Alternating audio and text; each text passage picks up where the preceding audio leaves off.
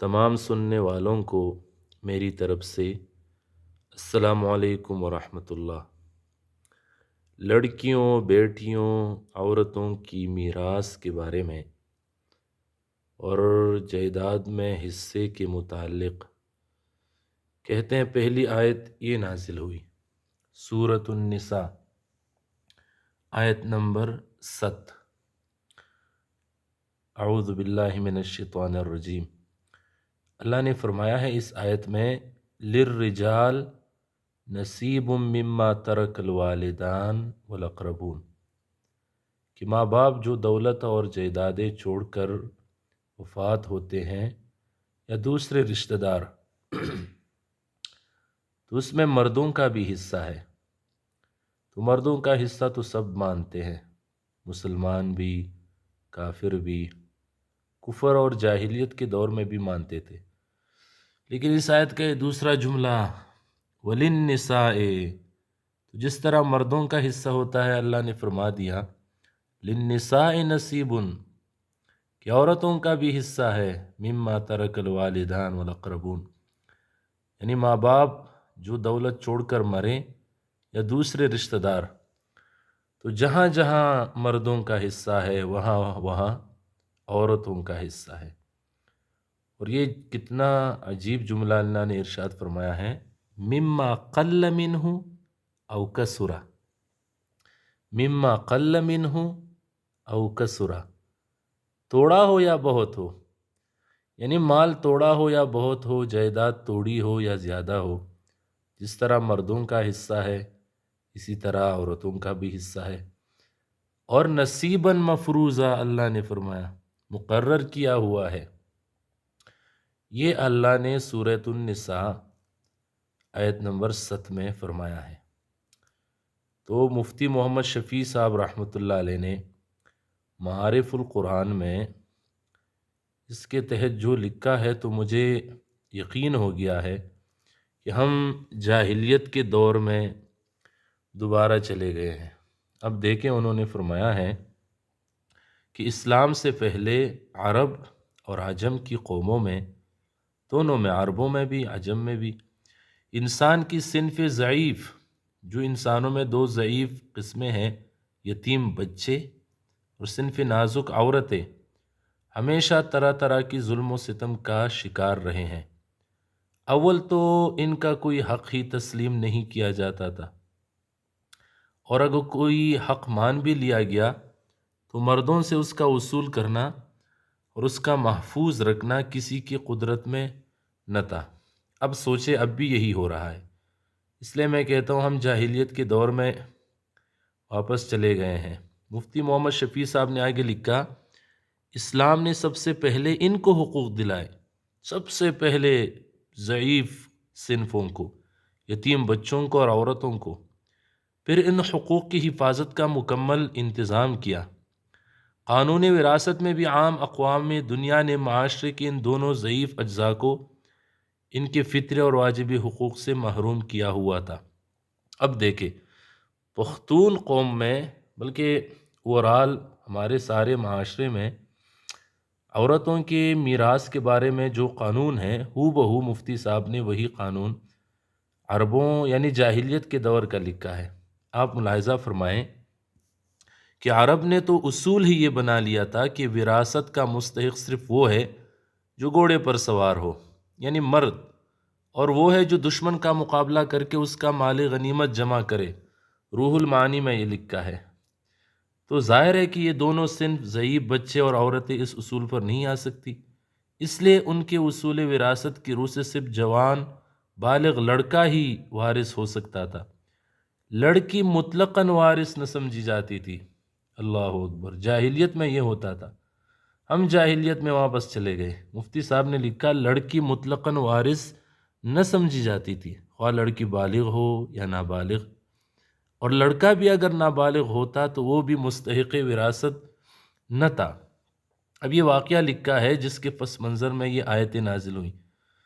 عجیب واقعہ ہے۔ اب سنیں کہ رسول کریم صلی اللہ علیہ وسلم کے زمانے میں، کہتے ہیں کہ رسول کریم صلی اللہ علیہ وسلم کے زمانے میں ایک واقعہ پیش آیا۔ اوس بن ثابت کا انتقال ہوا۔ ایک صاحب جن کا نام اوس بن ثابت تھا، ان کے انتقال ہوا اور 2 لڑکیاں اور ایک لڑکا نابالغ اور ایک بیوی وارث چھوڑے، مگر عرب کے قدیم دستور کے مطابق ان کے 2 چچا زاد بھائیوں نے آ کر مرحوم کے پورے مال پر قبضہ کر لیا، بیوی کو بھی کچھ نہ دیا، 2 لڑکیوں کو بھی کچھ نہ دیا، بالغ بیٹے کو بھی کچھ نہ دیا، کیونکہ ان کے نزدیک عورت تو مطلقاً مستحق وراثت نہ سمجھی جاتی تھی، تو بیوی اور بیٹیوں کو تو نہ ملا، وہ بالغ عورتوں کو بھی میراث نہیں دیتے تھے اور نابالغ کو بھی، کہتے ہیں، اور لڑکا بوجہ نابالغ ہونے کے محروم کر دیا گیا، لڑکوں کو میراث دیتے تھے لیکن نابالغ ہوتا تو نہ دیتے، لہٰذا پورے مال کے وارث 2 چچا زاد بھائی ہو گئے۔ کہتے ہیں اوس بن ثابت رضی اللہ عنہ کی بیوی نے یہ بھی چاہا، یہ آفر بھی کی تھی کہ یہ چچا زاد بھائی جو پورے ترکہ پر قبضہ کر رہے ہیں تو ان دونوں لڑکیوں سے شادی کر لے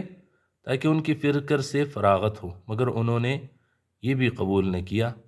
تب اوس بن ثابت کی بیوہ نے رسول کریم صلی اللہ علیہ وسلم سے عرض حال کیا اور اپنی اور اپنے بچوں کی بے کسی اور محرومی کی شکایت کی۔ کہتے ہیں اس وقت تک چونکہ قرآن حکیم میں آیت میراث نازل نہ ہوئی تھی، اس لیے آن حضرت صلی اللہ علیہ وسلم نے جواب دینے میں توقف فرمایا، موقوف کر دیا جواب۔ آپ کو اطمینان تھا وحی الہی کے ذریعے اس ظالمانہ قانون کو ضرور بدلا جائے گا، اور چنانچہ یہی ہوا۔ اسی وقت یہی آیت نازل ہوئی کہ جائیدادوں میں، مال و دولت میں جو رشتہ دار اور والدین چھوڑ کر جاتے ہیں، مردوں کا بھی حصہ ہے اور عورتوں کا بھی۔ مفتی محمد شفیع صاحب نے آگے لکھا کہ پھر جو دوسرے رکوع میں آیت آ رہی ہے جو میں ابھی آپ کو دکھاؤں گا،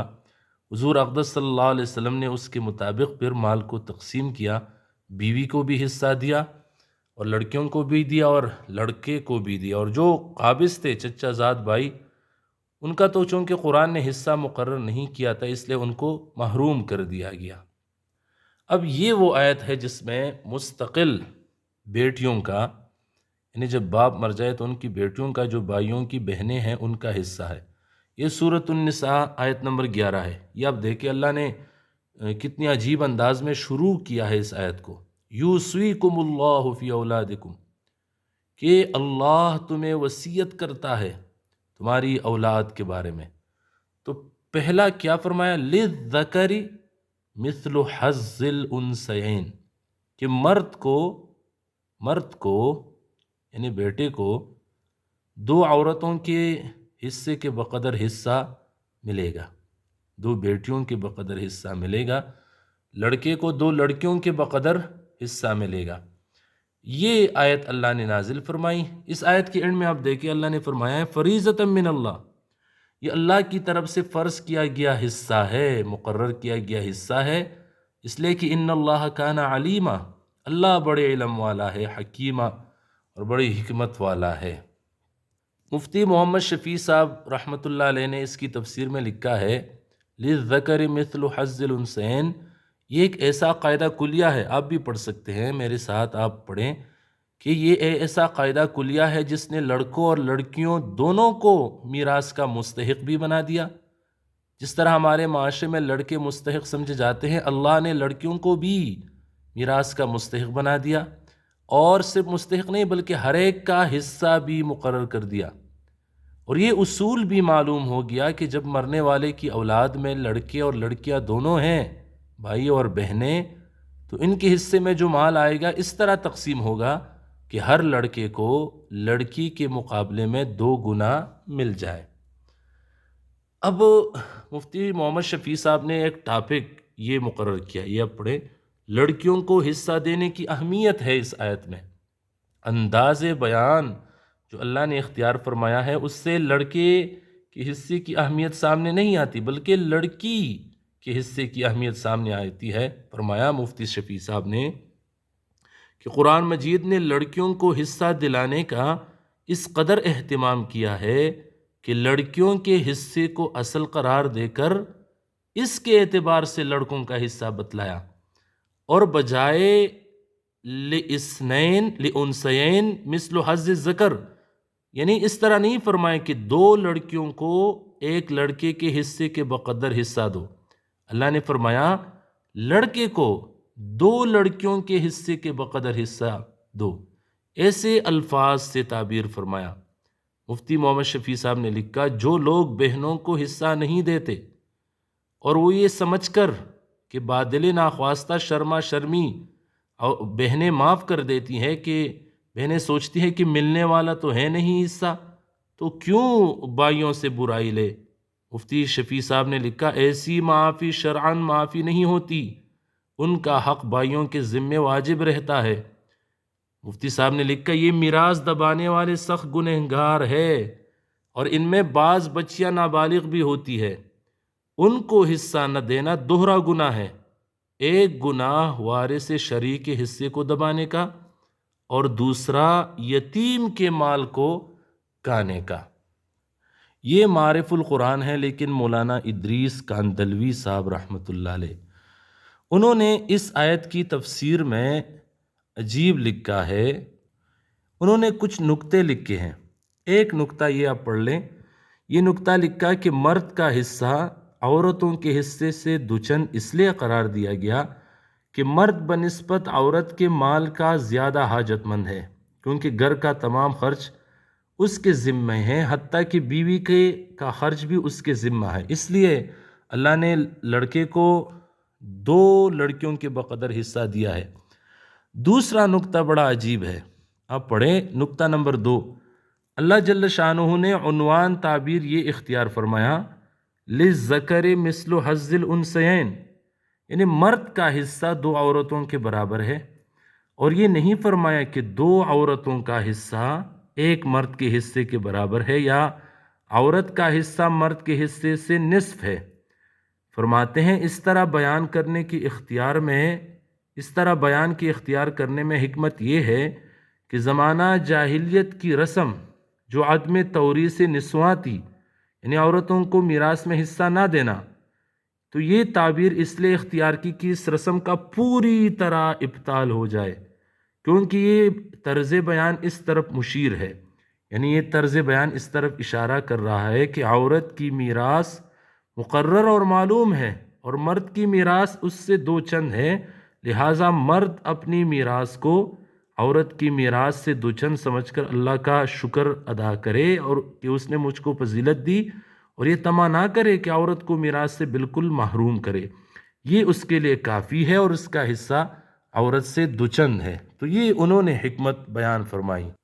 ہم مسلمان ہیں، اس لیے ہمیں اللہ کے احکامات کو دیکھنا چاہیے۔ تو جب میراث تقسیم کی جائے تو تمام بھائی تمام جائیداد اور میراث پر قبضہ نہ کرے، بلکہ یہ آیت یاد کرے اور یہ آیت پڑھے، بلکہ ہمارے مجلسوں میں پڑھی جائے کہ اللہ نے یوں فرمایا یوصیکم اللہ فی اولادکم، اللہ تمہاری اولاد کے بارے میں وصیت کرتا ہے، جملہ بار بار دہرایا جائے کہ للذکر مثل حظ الانثیین، للذکر مثل حظ الانثیین، کہ مرد کو 2 عورتوں کے بقدر حصہ ملے گا۔ بس دعاؤں میں یاد رکھے۔ السلام علیکم ورحمۃ اللہ وبرکاتہ۔